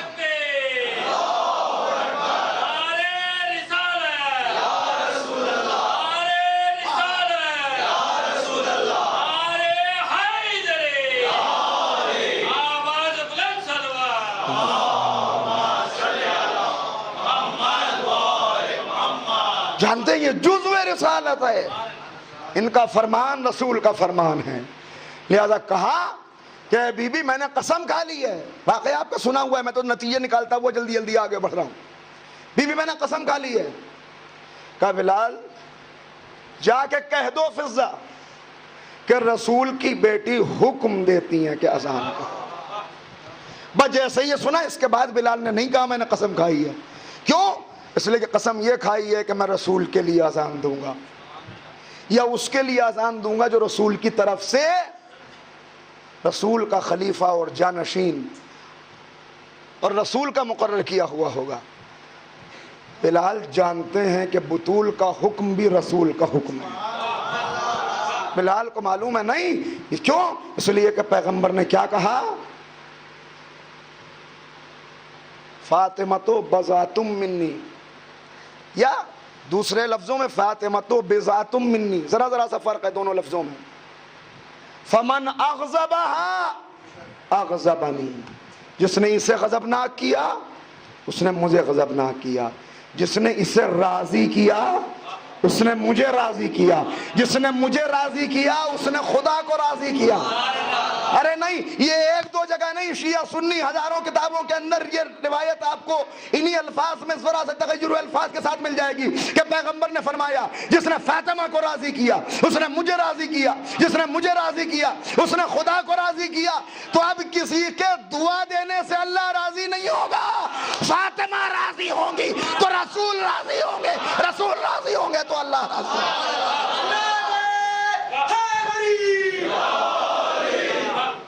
اللہ کو راضی کرنا ہے تو بطول کو راضی کی۔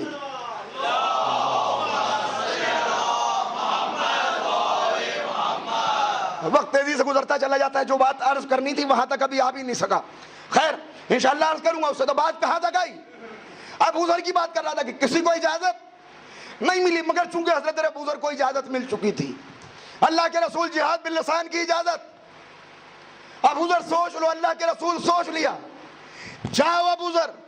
ابو ذر آئے، وہ مکہ جو مشرکوں سے بھرا ہوا ہے، وہ مکہ جو کافروں سے بھرا ہوا ہے، وہ مکہ جو رسول کے دشمنوں سے بھرا ہوا ہے، وہاں آئے، خانہ کعبہ کا پردہ پکڑا، لوگوں کو آواز دے کے کہا محمد جو کہتے ہیں وہ سچ ہے، اللہ وحدہ لا شریک ہے۔ اتنا جملہ کہنا تھا، مجمع ٹوٹ پڑا، عورتیں، مرد، جوان، بوڑھے سب مار رہے ہیں ابو ذر کو۔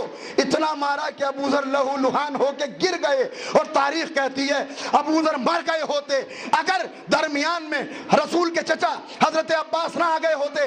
عباس نے آ کے کہا ٹھہر جاؤ، کیا کر رہے ہو؟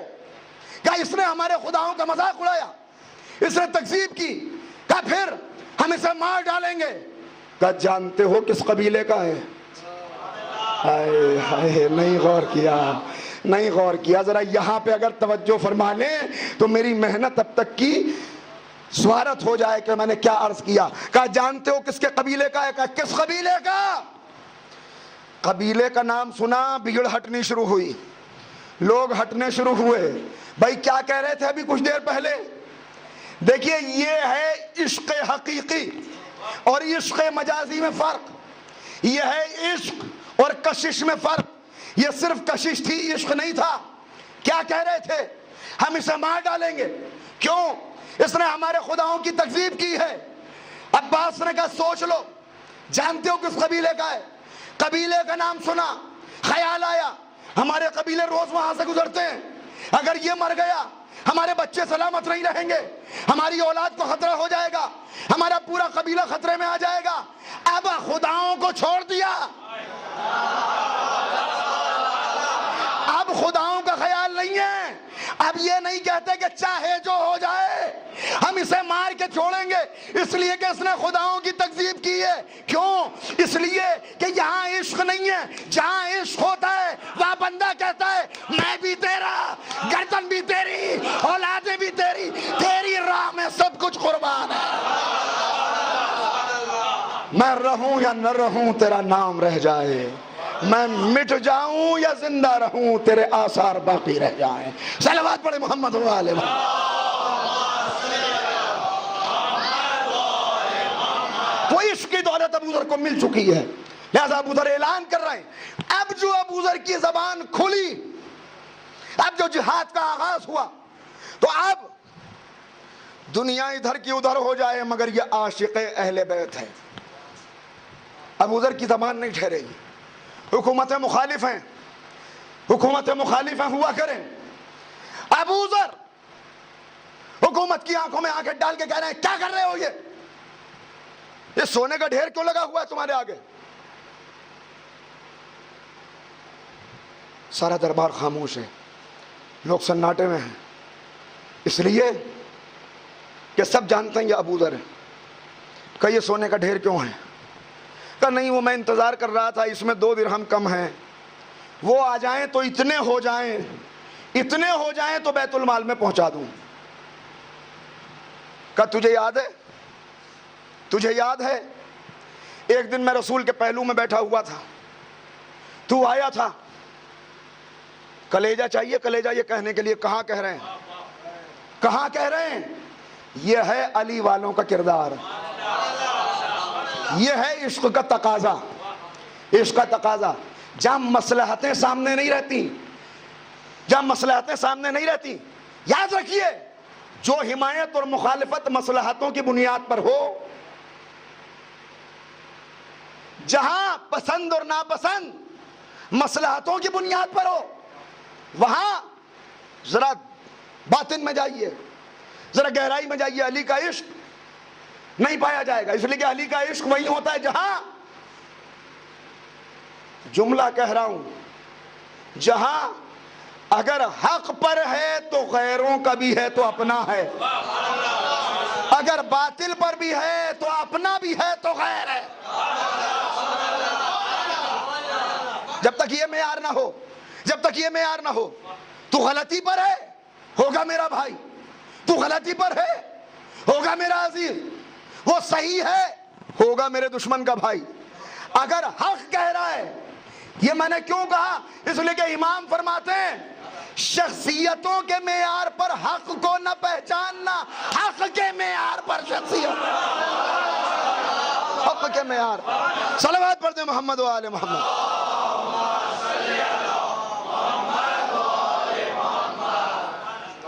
اب ابو ذر ہر جگہ اعلان کرتے ہوئے پھر میں نے عرض کیا، یاد ہے تجھے تو رسول کی خدمت میں آیا تھا، پیغمبر بہت پریشان تھے، غمزدہ تھے، رنجیدہ تھے، تیری بات کرنے کی ہمت نہ ہوئی تو خاموشی سے واپس چلا گیا. کچھ دیر کے بعد دوبارہ آیا، نبی خوش تھے، مسکراہٹ تھی، چہرہ کھلا ہوا تھا. تو آ کے پہلو میں بیٹھا، کہا اللہ کے رسول تھوڑی دیر پہلے میں آیا تھا، آپ غمزدہ تھے، اتنی دیر میں دل کی کیفیت بدل کیسے گئی؟ پیغمبر نے کیا جواب دیا تھا کچھ یاد ہے؟ کہا ہاں نبی نے کہا تھا. کیا کہا تھا؟ میں یاد کرنے کی کوشش کر رہا ہوں. نہیں میں یاد دلاتا ہوں. پیغمبر نے کہا تھا کہیں سے مال غنیمت آیا تھا، میں نے مستحقین میں تقسیم کر دیا مگر 2 درہم باقی رہ گئے تھے، کوئی مستحق آیا نہیں تھا. میں غمزدہ اس لیے تھا کہ مستحق کے آنے سے پہلے ملک الموت نہ آ جائے. میں غمزدہ اس لیے تھا کہ یہ مستحق کے آنے سے پہلے موت کا فرشتہ نہ آ جائے. اب جب تو دوبارہ آیا تو درمیان میں ایک مستحق آ گیا، میں نے اس تک مال پہنچا کر بیت المال میں جھاڑو دے دی. اب میں مطمئن ہوں اگر ملک الموت آ بھی جائے تو میرے اوپر کوئی بار نہیں ہے. تو اسی رسول کا چاہنے والا ہے، یہ دولت جمع کر کے کہتا ہے اور آئے گی تو جمع ہو جائے گی. یہ جمع نہیں ہوگی، یہ تیرے ذاتی خزانے میں پہنچ جائے گی. ذاتی خزانے کے لیے بیت المال نہیں ہے، اسے یتیموں میں تقسیم کر، اسے غریبوں میں تقسیم کر. یہ ہے جہاد، یہ ہے جہاد. میں نے عرض کیا تھا آج بھی کربلا جاری ہے، آج بھی کربلا جاری ہے. میں جاننا چاہتا ہوں کہ شیعوں میں کتنے ایسے ہیں جو ایسا جہاد کر سکے. کل بیت المال لٹ رہا تھا، دنیا خاموش تھی. کل کربلا میں حسین کے خیموں پر حملہ تھا، لوگ چپ تھے. آج اوقاف حسینی پر حملہ ہے، آج حسین کا مال خطرے میں ہے، آج حسین کا پیغام خطرے میں ہے. کتنے ابوذر ہیں جو کھڑے ہوتے ہیں، کتنے ابوذر ہیں جو کھڑے ہوتے ہیں. جب ابوذر جہاد کرتے کرتے کرتے اس منزل تک آ گیا، اللہ اکبر، میں کیا کروں، مجبوری اس لیے روکنا پڑ رہا ہے ورنہ بات کچھ اور عرض کرنی تھی. اس منزل تک آ گئے حضرت ابوذر کہ آپ کہا گیا کون سی ہے ناپسندیدہ جگہ؟ ربضہ کا صحرا. تمہیں ربضہ کے صحرا میں بھیجا جائے گا، تمہیں ملک بدر کیا جائے گا. یہ ہے ابوذر، یہ ہے شان ابوذر. یاد رکھیے دین کی خدمت کا اگر بیڑا اٹھایا ہے، یہ میں آپ سے نہیں کہہ رہا، یہ اپنے آپ سے کہہ رہا ہوں، یہ میں اپنے آپ سے کہہ رہا ہوں کہ اگر دین کی خدمت کا ارادہ کیا ہے تو یہ توقع نہ رکھنا کہ قوم گلے میں ہار ڈالے گی.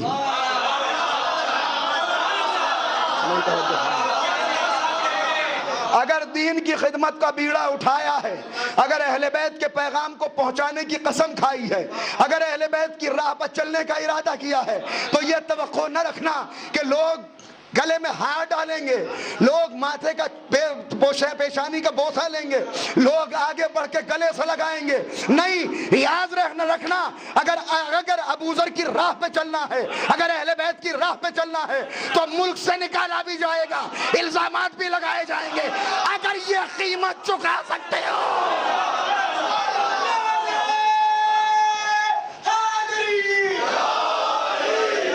اگر یہ قیمت چکا سکتے ہو تو اہل بیت کی راہ پہ آگے بڑھنا، اس لیے کہ اہل بیت کی راہ کوئی پھولوں کی سیو نہیں ہے، یہ کانٹوں بھرا ہوا راستہ ہے، یہاں کانٹوں سے گزرتے ہیں۔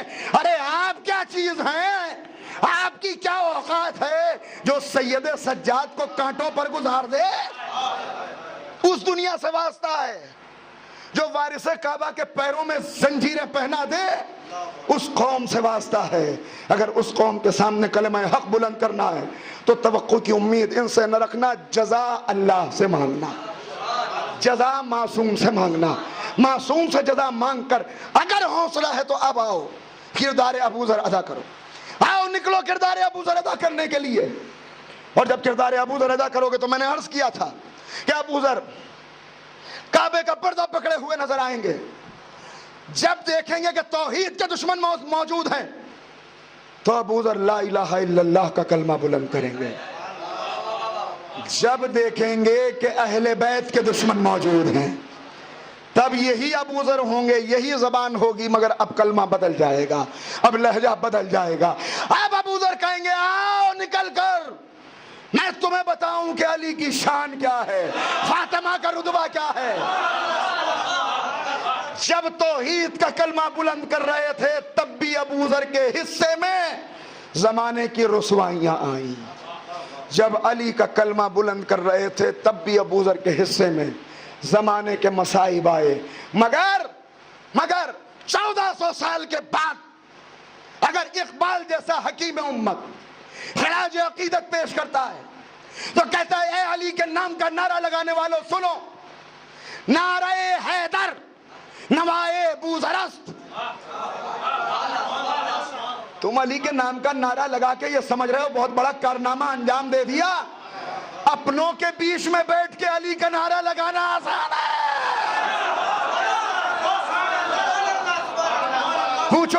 پوچھو تاریخ سے کہ ابوذر نے کب نعرہ لگایا۔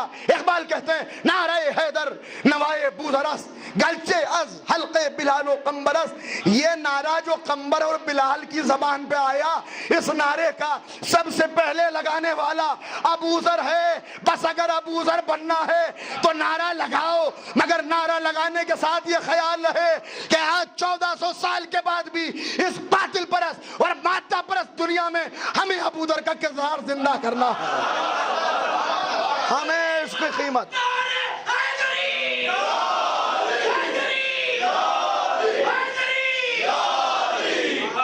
صلہ کس سے مانگو گے؟ حکمراں صلہ نہیں دیں گے، دولت والے صلہ نہیں دیں گے، بڑے لوگ صلہ نہیں دیں گے، قوم صلہ نہیں دے گی۔ صلہ کون دے گا؟ جب دنیا کہہ دے گی کہ کوئی چھوڑنے کے لیے نہ آئے، تب بیت الشرف کا پردہ ہٹے گا، جنت کا سردار رسول کے رضا دوش پر ڈال کر دونوں بچوں کا ہاتھ پکڑ کے نکلے گا اور کہے گا چلو ابوذر کو جہاد کا صلہ دیں۔ آئیں گے ابوذر کے پاس آ کے کہیں گے حسین حسن چچا کو سلام کرو۔ صلہ کون دے گا؟ صلہ علی دیں گے۔ صلہ کون دے گا؟ صلہ حسن دیں گے۔ صلہ کون دے گا؟ صلہ حسین دیں گے۔ صلہ قوم نہیں دے گی، صلہ بادشاہ نہیں دیں گے، صلہ دولت والے نہیں دیں گے، صلہ شہر والے نہیں دیں گے، صلہ ملک والے نہیں دیں گے۔ صلہ جن کی نظروں میں سب کچھ وقت کے طاغوت اور وقت کے باطل پرست حکمرانوں کو خوش کرنا ہو وہ نہیں دیں گے۔ صلہ وہ دے گا، صلہ وہ دے گا جو گلے میں رسی بندھوا کر بھی خاموش رہا۔ صلہ وہ دے گا جو مظلومیت برداشت کر کے بھی چپ رہا۔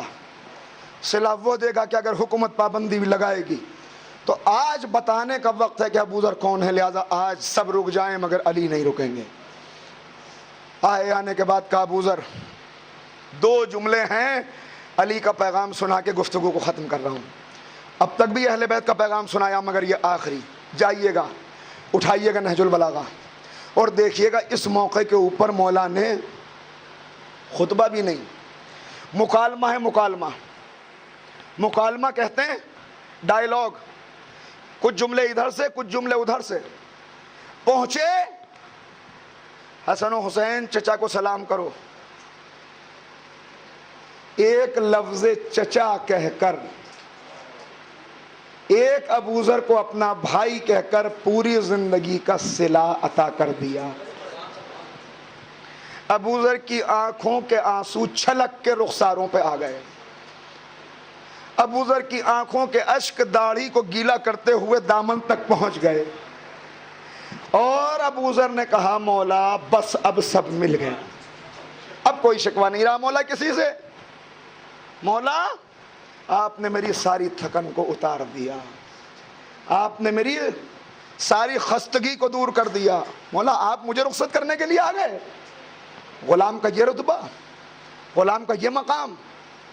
ہاں ابو ذر، اب مولا خبر دے رہے ہیں ابو ذر مصیبتیں ابھی ختم نہیں ہوئی، ابھی مصیبتیں آگے موجود ہیں۔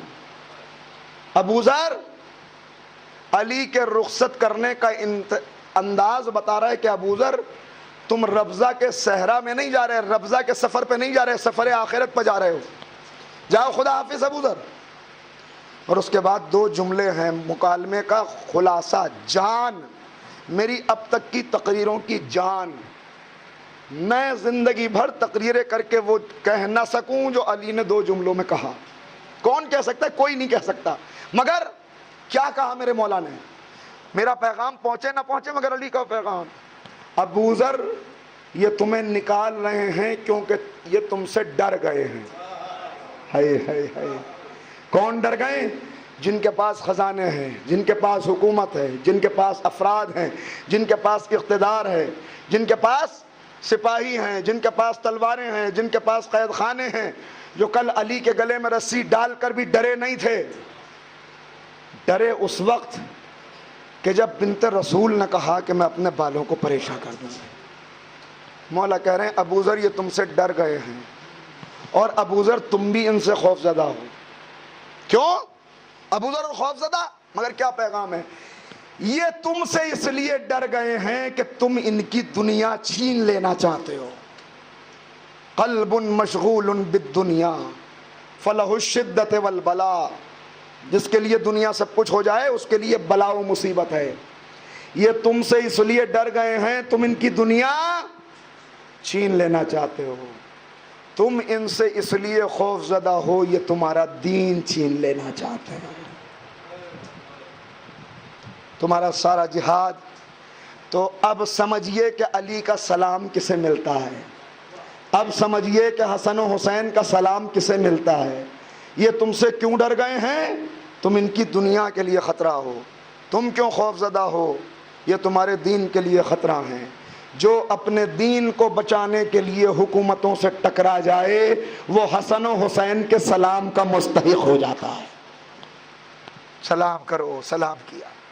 بس روک رہا ہوں یہاں پر گفتگو کو اس لیے کہ اس سے زیادہ تنگی وقت دامنگیر ہے، اور 2 ہی تقاریر آج کے بعد ہیں، انشاءاللہ بات کریں گے، مگر اتنا سمجھ لیجئے چلے گئے ابو ذر، مطمئن ہو کے چلے گئے، کوئی پریشانی نہیں ہے۔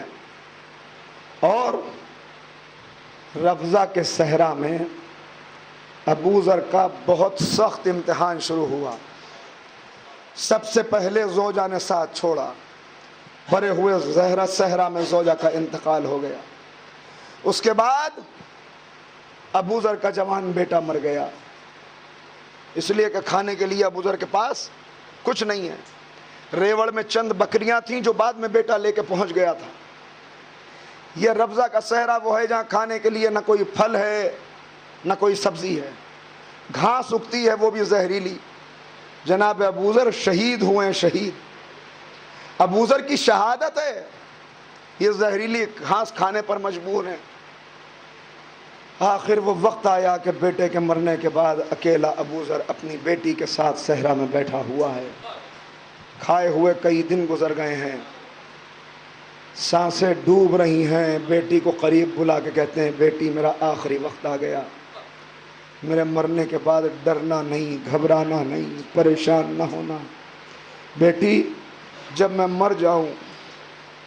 مر جاؤں ایک کپڑے سے میری میت کو ڈھک کے راستے میں جا کے بیٹھ جانا، ایک اللہ والوں کا قافلہ آئے گا، بیٹی تیرے پاس تو کچھ نہیں ہے تو مجھے کفن دے سکے تیرے پاس کچھ نہیں تو مجھے کفن دے سکے، وہاں جا کے بیٹھ جانا، ایک اللہ والوں کا قافلہ آئے گا جن کا سردار مالک اشتر ہوگا، ان سے کہنا صحابی رسول کا انتقال ہو گیا، ان سے کہنا رسول کا صحابی ابو ذر صحرا میں پڑا ہوا ہے، اس کی لاش کو کوئی غسل دینے والا اور کفن دینے والا نہیں ہے۔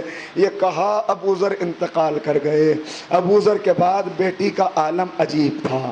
روایت کی فقرے یہ ہیں کہ کبھی ابو ذر کی لاش پر بیٹھتی تھی، خیال آتا تھا قافلہ آ کے گزر نہ جائے، لہذا دوڑ کے جا کے راستے میں بیٹھ جاتی تھی۔ خیال آتا تھا کوئی جانور میت کو نقصان نہ پہنچا دے، دوڑ کے واپس آ کے لاشیں پہ آ جاتی تھی۔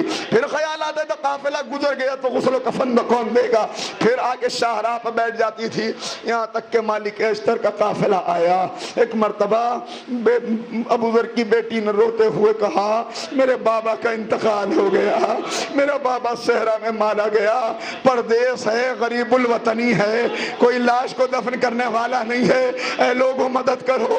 مالک اشتر تڑپ گئے۔ ایک مرتبہ پوچھا تیرا بابا کون ہے؟ کہ میرا بابا ابو ذر غفاری ہے۔ ایک مرتبہ سر سے امامہ اتار دیا مالک نے، ارے رسول کے صحابی کا انتقال ہو گیا، ہم بہترین کفن دیں گے۔ بچی کے سر پہ ہاتھ پھیر کے کہا اے میری بچی، ارے میں تیرا باپ ہوں، میں کہوں گا اے مالک، ارے ایک صحابی کی بیٹی اگر باپ کو یاد کر کے رو رہی تھی، آپ نے گلے سے لگا لیا، ذرا کربلا میں آئیے، رسول کا نواسا تیروں سے چلنی پڑا ہوا ہے، 4 برس کی سکینہ ایک ایک سے پوچھ رہی میرا بابا کہاں ہے، میرا بابا کہاں ہے۔ مگر جب شہادت کی خبر ملی تو کیسے ملی؟ شمر کو گرفتار کر کے لایا گیا۔ ایک مرتبہ مختار پوچھ رہے بتا تو نے کربلا میں کیا جرم کیے؟ کہ مجھے قتل کر دے، مجھ سے سوال نہ کر، تو برداشت نہ کر سکے گا۔ کہ نہیں تجھے بیان کرنا ہوگا۔ بس ایک مرتبہ جب زیادہ زور دیا کہا سن، ارے میں نے وہ ظلم کیا جو کوئی نہ کر سکتا۔ کہ کیسا ظلم؟ کہ جب بھی کوئی حسین کے قریب جاتا تھا گھبرا کے پیچھے ہٹ جاتا تھا، کہ اس کے بعد میں آگے بڑھا، میں اس سر و تن میں جدائی کروں گا، میں بوسہ گاہے رسول پر خنجر چلاؤں گا۔ کہ جب میں عجیب فکر ہے، بس یہاں پہ رکے گی گفتگو۔ شمر کہتا ہے جب میں قریب پہنچا ایک مرتبہ حسین غش میں تھے، آنکھیں بند تھیں، کہ میں نے آگے کہا میں سر و تن میں جدائی کروں گا۔ حسین نے آنکھوں کو کھولا اور کھول کے کہا تو میرا سر کاٹے گا؟ کہا ہاں۔ کہا ذرا اپنا گریبان کھول۔ کہا میں نے گریبان کے بٹن کھولے، حسین نے دیکھا اور اس کے بعد کہا میرے نانا نے سچ کہا تھا، ہاں تو ہی میرا قاتل ہے۔ کہا میں نے پوچھا حسین آپ نے کیسے پہچان لیا؟ کہا میرے نانا نے بتایا تھا، حسین تیرے قاتل کے سینے پر برس کا ایک نشان ہوگا جو کتے کی شکل کا ہوگا، تیرا قاتل زنا زادہ ہوگا۔ میرے جد نے ٹھیک کہا تھا۔ بس اتنا سننا تھا، آپ کلیجوں پہ ہاتھ رکھنا، ایک منظر دکھا رہا ہوں اور گفتگو ختم۔ اتنا سننا تھا۔ ایک مرتبہ شمر غصے میں آیا، غصے میں آ کے کہتا ہے حسین اب تجھے ایسے قتل کروں گا کہ تیرے نانا سے انتقام لے سکوں، اب ایسے قتل کروں گا کہ تیرے نانا کی روح تڑپ جائے۔ جانتے ہیں کیا کیا؟ آپ نے بہت سنا ہے کند خنجر، کند خنجر، کند خنجر۔ ارے کیا کیا شمر نے؟ جو پتھر لوگوں نے حسین کو پھینک کے مارے تھے، ایک مرتبہ خنجر کو ان پتھروں کے اوپر مارنا شروع کیا، پتھروں پہ مارا، پتھروں پہ مارا، پتھروں کی پتھر پہ مارنے سے خنجر کی دھار ٹیڑھی ہو گئی۔ ایک مرتبہ آگے بڑھا، سید کے بالوں کو پکڑا اور خنجر کو چلانا شروع کیا۔ ارے میرا پڑھنا آسان ہے، آپ کا سننا آسان ہے۔ جانور جب ذبح کیا جاتا ہے حکم ہے کہ سامنے سے جلدی ہاتھ چلاؤ تاکہ رگیں جلدی کٹ جائیں، مگر ہائے سارے اصول ٹوٹ گئے۔ فاطمہ کا لال سجدے میں تھا، سامنے سے نہیں پسے گردن سے خنجر چلا، خشک گلا، خنجر کی ٹیڑھی دھار۔ جب خنجر چلتا تھا حسین تڑپ جاتے تھے، زمین ہلتی تھی۔ اللہ اکبر، خنجر چل رہا تھا اور کسی کی آواز آ رہی تھی، ارے میرا لال، میرا پردیسی، میرا غریب الوطن، میں نے چکیاں پیس کے پالا۔ اللہ اکبر۔ خشک گلا تھا، ٹیڑھی داڑھ تھی، خنجر چل نہ سکا۔ جب خنجر نہ چلا، شمر کہتا ہے میں نے خنجر کو اٹھایا اور کلہاڑی کی طرح مارا۔ پہلی ضرب لگی، حسین کی آواز آئی لانا۔ دوسری ضرب لگی، حسین نے کہا بابا۔ تیسری ضرب لگی، حسین نے کہا ماں۔ اور جب آخری ضرب لگی، حسین نے عباس عباس عباس۔ اے بھیا اب زینب کی چادر لوٹ جائے، اب کوئی نہ ہوگا۔ سیدانی سیالم اللہ صلی اللہ علیہ وسلم۔